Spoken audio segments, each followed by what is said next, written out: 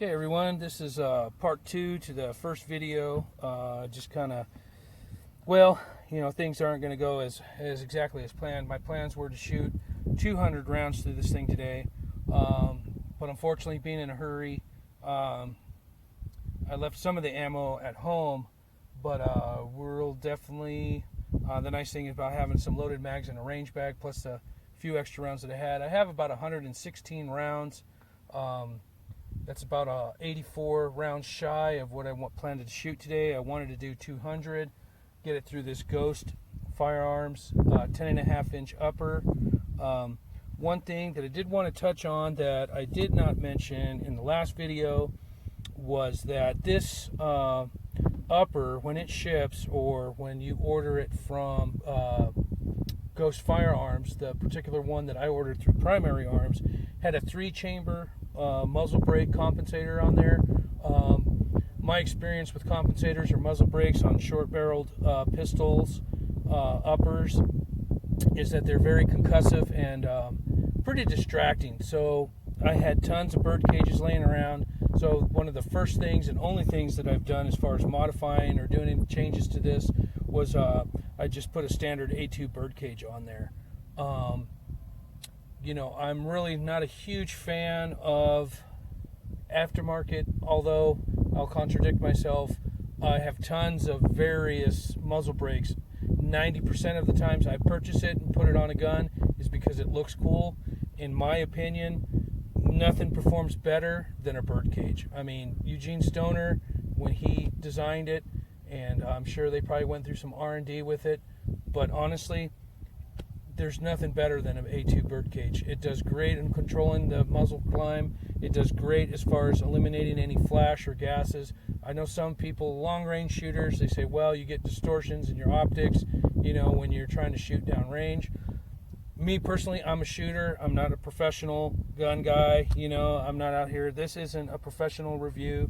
This is just a shooter, doing a gun review.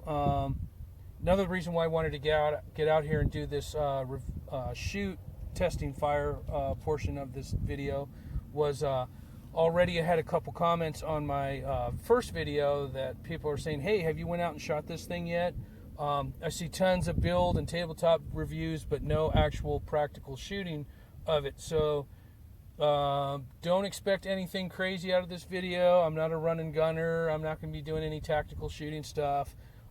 This is basically, like I said in the first video, Ghost Firearms 10.5-inch upper receiver with a Palmetto State Armory bolt carrier, just some diamond head flip-up polymer sights, nothing fancy. I haven't done any modifications other than adding some red Loctite to these two torque screws here. My opinion is that these pinch style hand guards that just go over the barrel nut, you shoot them a few times, they tend to loosen up, so I wanted to eliminate that. So I just basically backed them out a little bit, put a few drops of red Loctite in there, torqued them down, hand tight, nothing crazy. Let it sit. It's been well over 2 weeks now, so normally 24 hours and you're good to go. Another thing that this upper was purchased through through Primary Arms, and some of the reviews you go on there and people were saying that, man, the gas block was really weak and it came loose. When I first got this, the nice thing about it is you can actually access those screws right through that M-lock slot. So I put an Allen on there, checked the tightness. They were, I guess you could say, hand torqued. Again, I backed them out, put a couple drops of blue Loctite. I didn't want to go red on there just in case I do want to take this off later down the road, or if it starts to have issues today, I can go home and do some adjustments on it. It's not cross pinned, it's just basically held on with set screws. I didn't take the screws all the way out, so I don't know if they actually dimple the barrel for the gas block. A quick trick, if you do red Loctite something and you need to get it off, easiest way to do that is take a soldering iron with a nice clean tip, make sure it doesn't have any solder on it, stick it right down in that hole. Stick it right down in there where your Torx screw wrench would go in, or an Allen key, and just hold it there for about 20-30 seconds. That should heat the screw up most of these sometimes are, you know, pretty mild steel. It'll take that heat really good. Get your wrench on there, tighten, you know, loosen it actually. If it doesn't start to back off, put the heat on there again. I don't recommend using a torch or anything like that. I just use the tip of I just use the tip of the soldering iron. It brings more than enough heat in there to soften that red Loctite, and you can get it off.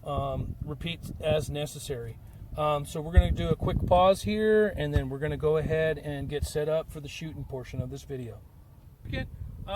Seems to be running fine. The first couple rounds looked like they were failing to feed all the way in. They weren't fully seating in the chamber. Looks like the extractor wasn't going around the case lip. That seems to be, like I said, you know, you get your first few rounds through a gun. Don't let it distract you. Don't let it discourage you. Don't call it a piece of crap right off the bat. You got new parts that are tight. They need to get broke in. So we'll just keep going here. We'll do a couple rapid fire shots, see how that works. Alrighty, let's get some rapid fire going.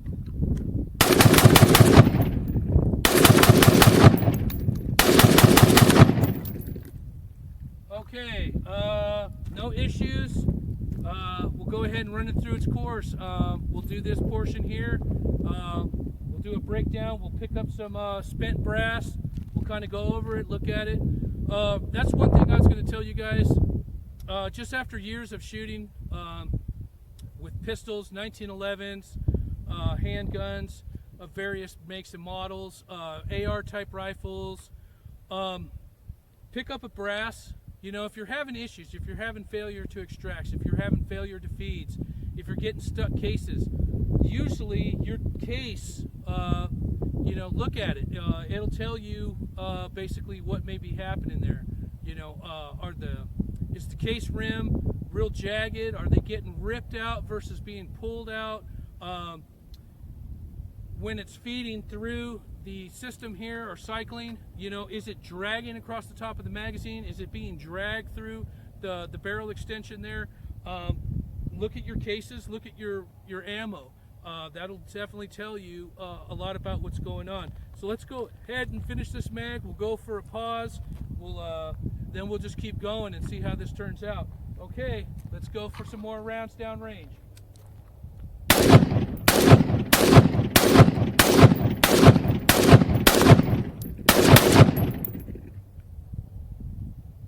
See where these sights are.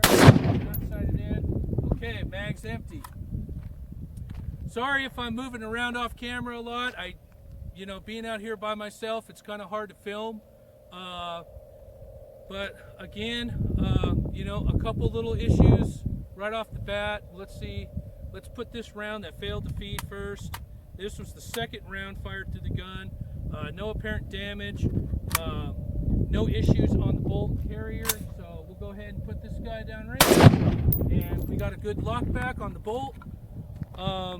So far, like I said, maybe growing pains. Maybe there wasn't enough lubrication floating around in there.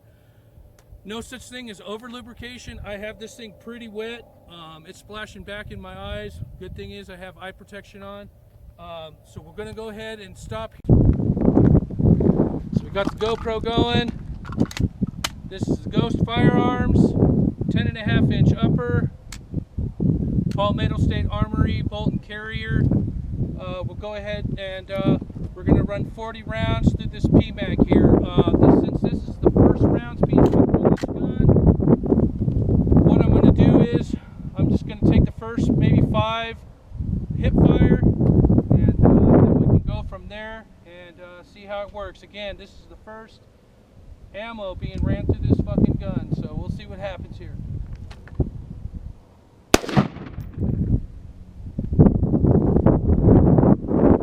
Okay, first round, it did not seat the bolt all the way. Now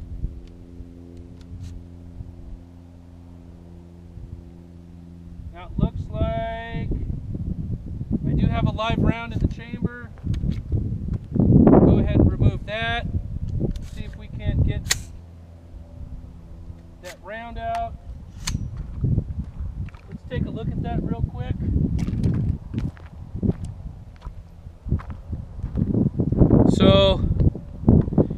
basically fed that round, but did not seat all the way. So what we'll do is we'll hang on to that. There doesn't look like there's any case deformation, no weird marks, no dents. This round could definitely be fired, so we're going to set that guy aside, and we'll try this again. Okay, let's go take two. That was the first round. We got one successful round through. The second round, bolt did not close and did not capture at the end of the case there. So we'll try this again. Okay. Upon reloading, as you can see here, it failed to feed that cartridge. So we'll go ahead and strip that mag out.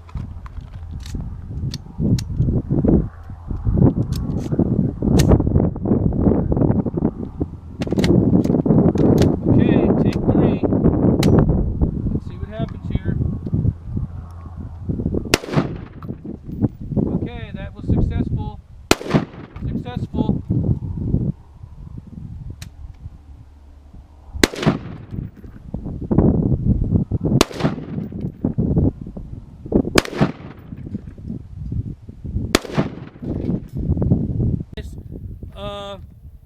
We're just going to go with 20 rounds for now. I didn't want to take the time to sit there and load 40 in each mag. Like I said, unfortunately, I didn't plan very well for today. I was excited to get out here and get some rounds through this thing. So I'm just going to do 20 rounds at a time. So far we got 40 rounds through this thing. This is going to be another 20, so that'll make 60 rounds. We're just going to keep going until we're out of ammo or until we get a major stoppage. But so far, it's about what I expect with a new AR, new parts. They just take time to break in. Sometimes you get lucky and that thing runs flawless from the first round. So we'll just keep going here, see what happens. Let's get the GoPro going.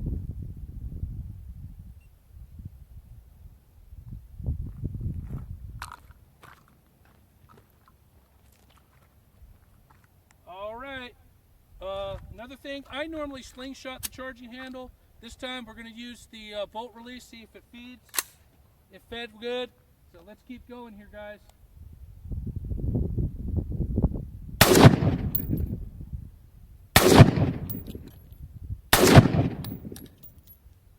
Let's see if we can try a little accuracy here. Let's see if we can actually hit something out here. There's a bunch of junk out here. I see a bucket out here.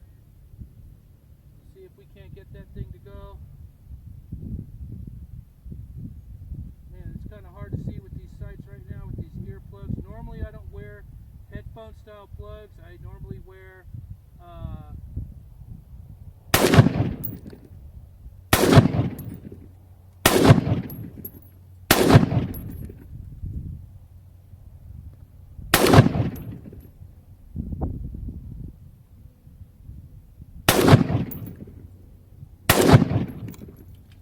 yeah, it's a little tough with this thing right now.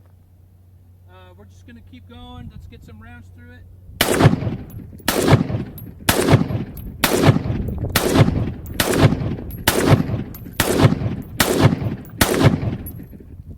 Alrighty, that's 60 rounds. That mag, we did not have a single issue.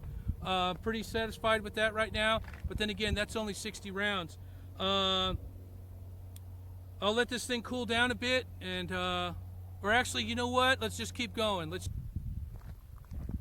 All right, charging handle.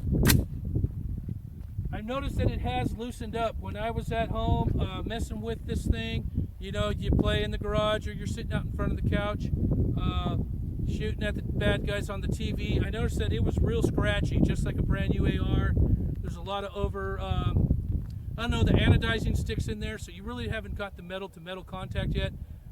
And that's basically what happens. If you have a well-shot AR, you'll notice that phosphate finish or that nitride finish starts to wear out. You get that metal on metal contact, things are smoothing out. It starts getting buttery smooth. You definitely hear in a brand new AR, the biggest thing that everybody talks about is the grittiness of the trigger and the grittiness of the spring and the buffer going through here. You kind of hear that even with hearing protection on. Again, that's just, you know, it needs to wear in. You need some metal on metal contact. Same thing with the trigger. A Milspec trigger is very smooth and operates very well. Only issue that you have is that when it's new, you have to realize that it's surface treated. They are ground in a certain way, so that take up, that trigger pull that you feel, that grittiness does eventually go away. The only way to get rid of that is to put many rounds through down range through your rifle. So without any more talking, I know you guys don't want to hear the talking, let's just get back to shooting. Alrighty, we got the GoPro going, and this thing, I'm probably off frame on this GoPro because I'm more focused on that camera, but anyways, here we go. Let's go, another 20 rounds. This thing is starting to get a little hot, not unbearable, but after this I may put a pair of gloves on and just keep going.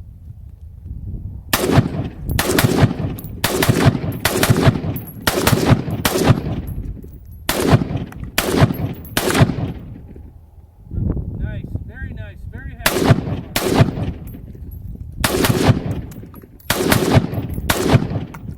All right, that was 20 rounds downrange.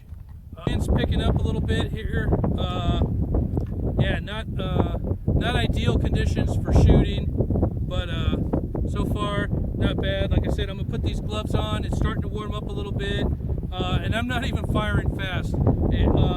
This is pretty thin material here, and I'm sure it's probably just extruded or stamped, and then they do the final machining.